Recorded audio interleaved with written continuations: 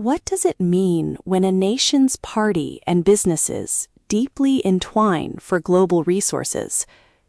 Have you ever wondered how countries secure the crucial resources they need without necessarily owning the mines outright? This piece from War on the Rocks unpacks China's remarkably subtle and effective strategy in places like Indonesia. It's not about blunt force, but a sophisticated web of party business networks that ensure access to critical minerals like nickel and aluminum. It really makes you think about how these quiet, strategic moves shape global supply chains and ultimately the future of industrial power. What does control without ownership truly mean in today's world? Written by Ahmad Sharif in War on the Rocks, narrated for Arva. Join War on the Rocks and gain access to content trusted by policymakers, military leaders, and strategic thinkers worldwide. In 2024, when Jiangsu Delong, the world's second-largest stainless steel producer, filed for bankruptcy, several Chinese firms and state-owned enterprises quietly absorbed its Indonesian assets. Among them was China First Heavy Industries, a state-owned enterprise founded in 1954 as one of China's early Soviet-backed industrial projects. Today, China First Heavy Industries supplies military-grade metals to China's military, including reactor vessels for nuclear submarines. For a manufacturer embedded deeply in China's naval industrial base, securing nickel feedstock for specialty steels is crucial.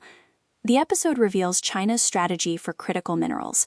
Incentivizing access to upstream assets for Chinese firms reduces the risk of supply disruptions and shapes the cost structure of downstream products in military equipment, semiconductors, and other strategic industries. China achieves this through active party business coordination, which reduces commercial risk through two mechanisms. First, company officials sit inside the party wing of the firm, and party officials sit inside the firm's leadership. Second, state-owned enterprises operating directly under party authority work alongside or behind private firms. Both arrangements create a two-way exchange. Firms share ground-level information on mineral assets, while the state delivers low-interest credit and offtake assurances that buffer firms against price volatility. Indonesia is a useful case for understanding how the Chinese strategy works to secure cheap mineral feedstock. Three major firms illustrate this: China Hong Kong, the world's largest primary aluminum producer, Chingson Holding Group, one of the world's largest stainless steel producers, and Jiangsu Delong Nickel Industry, the second largest. Chinese-style party business coordination has put China ahead of the United States in securing upstream minerals. But closing the gap does not require copying the Chinese model, which would not align with U.S. legal and political values. It requires reactivating an American precedent, a special-purpose vehicle modeled on the World War II-era Metals Reserve Company and Defense Plant Corporation, with contemporary parallels in the Japan Organization for Metals and Energy Security and the European Critical Raw Materials Act. The final section shows how this vehicle could be built using existing authorities via the Defense Production Act. China Hongqiao's party ties and provincial connections helped integrate its Indonesian alumina operations into a state-backed system under Belt and Road financing. Both its Shandong and Indonesian operations received state financing support, with the Indonesian operation serving as an upstream supplier to its downstream factories in China. China Hongqiao is headquartered in Shandong, China's largest aluminum-producing province, where the company supplies smelter-grade alumina for aluminum production in the province. Shandong's aluminum output, refined into aerospace-grade plate by Nanshan Aluminum, supplies the Commercial Aircraft Corporation of China's C-19 airframe. While the C-19 is a civilian aircraft, China's commercial and military aerospace sectors share overlapping suppliers, alloy families, and industrial supply chains, linked to Aviation Industry Corporation of China, which also produces the J-20 and J-35 stealth fighters and the H-6 bomber family. This overlap makes upstream aluminum control strategically important to China's broader aerospace and defense industrial base. The firm's party ties are embedded at the family level. Founder Zhang Xiping died in 2019. His son Zhang Bo, now Hongqiao chairman, serves as a deputy to the 14th National People's Congress, 2023 to 2028, from the Shandong delegation. Zhang's daughter, Zhang Hengsha, serves as the corporate party secretary. She was named a National Outstanding Chinese Communist Party member in 2021 and served as a delegate to the 20th National Party Congress in 2022. These connections helped China Hongqia secure incentives to run its factory in Shandong and expand overseas to find bauxite as feedstock. The Indonesian arm of this network was set up during Xi Jinping's 2013 state visit to Indonesia, when China Hongqia signed a joint venture with the Harita Group. The outcome of that partnership, PT Well Harvest winning alumina refinery in West Borneo, financed by the Chinese government under the Belt and Road Initiative, is today the largest smelter-grade aluminum plant in Southeast Asia, supplying feedstock to factories in Shandong. Unlike Hongqia's family and province-based network, Tsingshan operates through politically connected partners and shareholders that provide political access, industrial intelligence, and downstream offtake.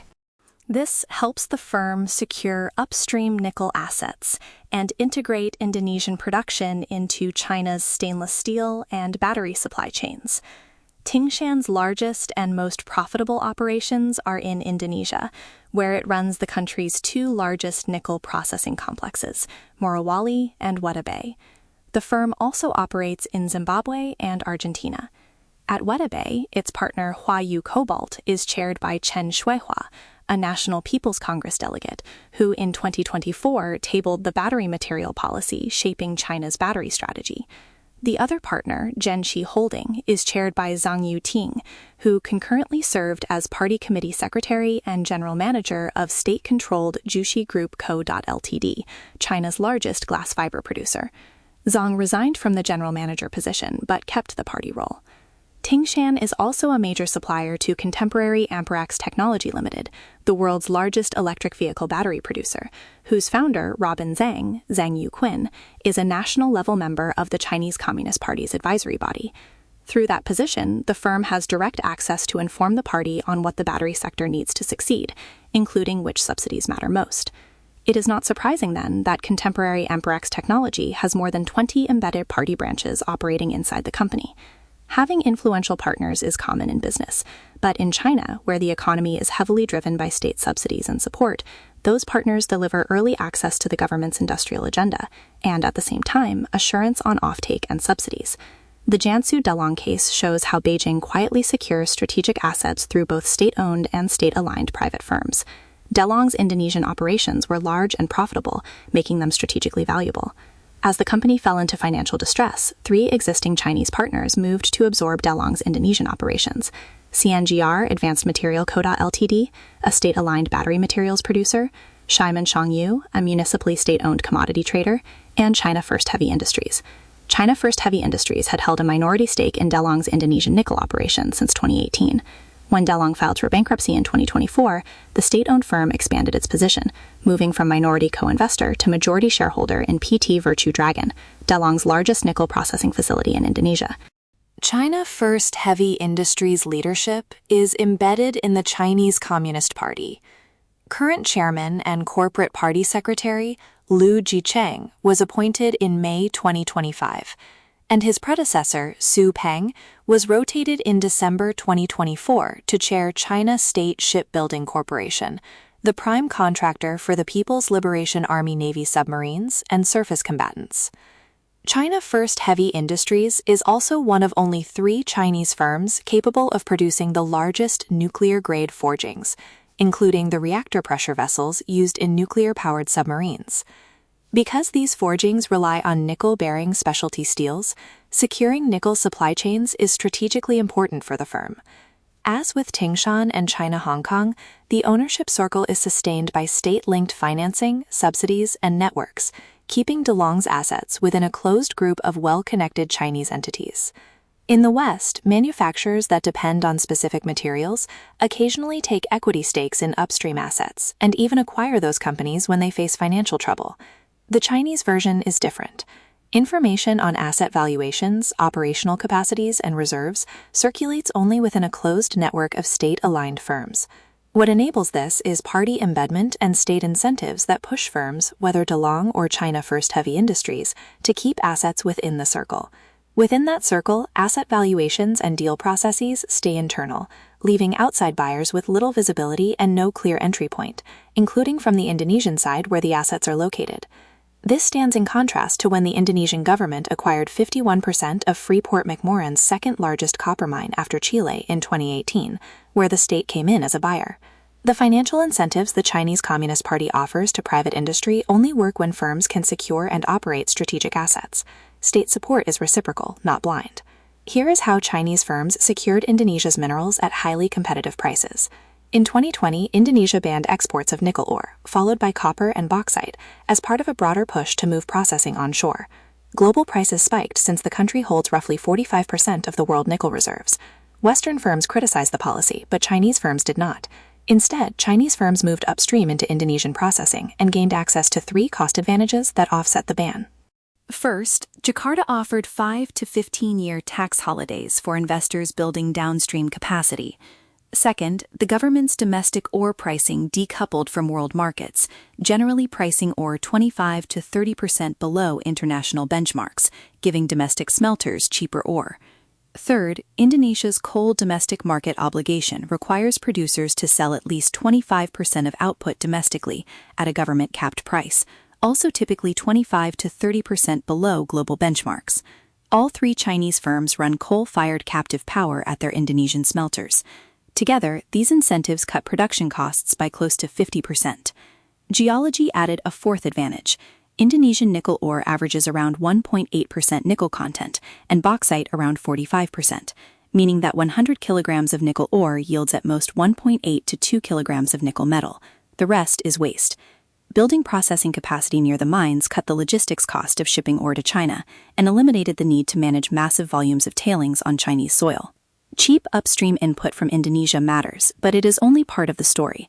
What makes the difference is combining that cheap input with Chinese state support and offtake mechanisms. That combination is what separates Chinese firms from other Asian or Western firms. In the mineral sector, low-cost upstream is great, but it is rarely enough on its own to make an asset economic. What keeps assets viable over time is a clear offtake mechanism supported by a predictable price floor. China has pulled ahead of the United States in securing mineral access and production capacity for strategic and defense sectors. Washington understands this, but its response has been fragmented rather than integrated. For example, the Inflation Reduction Act Section 45X Advanced Manufacturing Production Credit was meant to incentivize domestic critical minerals production, but the draft rule excluded extraction costs, contributing to roughly 680 layoffs at Sabine-Stillwater, the only U.S. domestic palladium mine, before being finalized in October 2024. The CHIPS and Science Act committed $280 billion to rebuild semiconductor manufacturing, but funded the chip plants alone, not the mineral inputs they depend on: gallium, germanium, palladium, polysilicon, all imported primarily from China and Russia. This is the mismatch with the Chinese model, where Hongqiao's upstream control of Indonesian alumina shapes the cost structure of aluminum-using industries, and Tsingshan's and DeLong's nickel processing shapes the cost of stainless steel-using industries. Washington did respond. The March 2025 executive order accelerated critical mineral permitting and expanded Defense Production Act authority, and the One Big Beautiful Bill Act appropriated additional supply chain funding. Yet these remain discrete interventions without a coordinating architecture, with no single authority responsible for multiple initiatives to address price floor mechanisms, informational gaps, and cross-initiative coordination. This is not a call for a Chinese-style state-owned enterprise, where state control runs from ownership through to operations. Such a model does not fit the U.S. political system and values.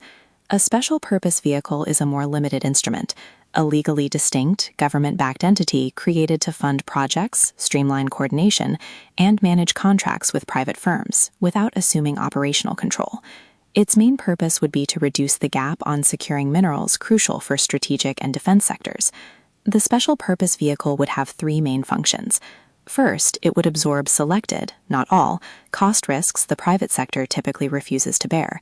In the mineral sector, the highest risk costs are usually longer duration stockpiling, exploration spending, processing that is uneconomic on its own, and price floor and offtake commitments that make long horizon investment viable. The case of Albemarle is illustrative. The U.S. lithium producer announced roughly 400 layoffs in 2024 amid an 80% collapse in lithium prices, driven by a surge in low-cost Chinese lithium production, exposure that no current U.S. instrument was structured to absorb. This is precisely what Shandong's factories did with smelter-grade alumina from Indonesia, and what contemporary Amperex Technology Limited did with nickel for its battery manufacturing, using state-backed price floors and offtake assurances. Second, it would serve as an information and strategy sharing mechanism on key projects, domestic and overseas, covering potential opportunities and the kind of state intervention needed to support private firms. A useful example is the 2016 sale of Freeport-McMoRan's cobalt asset in the Democratic Republic of the Congo to China Molybdenum. Had this vehicle existed then, it would have had the information needed to intervene in that transaction ahead of time, much as China First Heavy Industries did when it moved on Jiangsu Delong's asset in Indonesia, or how Chinese firms have the information and the know-how to access Indonesia's incentive system. The third function is the crucial one. The vehicle would have the authority to coordinate and manage existing policies and assets. For example, the Department of Defense already holds stakes in firms such as MP Materials and Trilogy Metals through Defense Production Act Title III authorities, but does not support permitting coordination or supply chain integration to ensure long-term project success, areas in which many private firms struggle. Similarly, the Export-Import Bank's Project Vault committed $10 billion for domestic critical minerals, but functions primarily as a supply disruption buffer rather than a mechanism to defend against sustained Chinese price manipulation that can undermine the economics of the projects it funds. The National Defense Stockpile has secured strategic materials since 1939, but does not shape production decisions or absorb commercial risk during price collapses. Securing access to critical minerals enjoys bipartisan support in Washington. Creating new legislation could trigger additional bureaucratic layers and prolong discussion, but it needs a new institutional home within an existing framework. The easiest way is to revise the existing Defense Production Act, which already has broad congressional familiarity and nearly 75 years of national security legitimacy behind it. Title III of the Act already authorizes loans and direct investment, though its spending thresholds would need to be raised to operate at a competitive scale.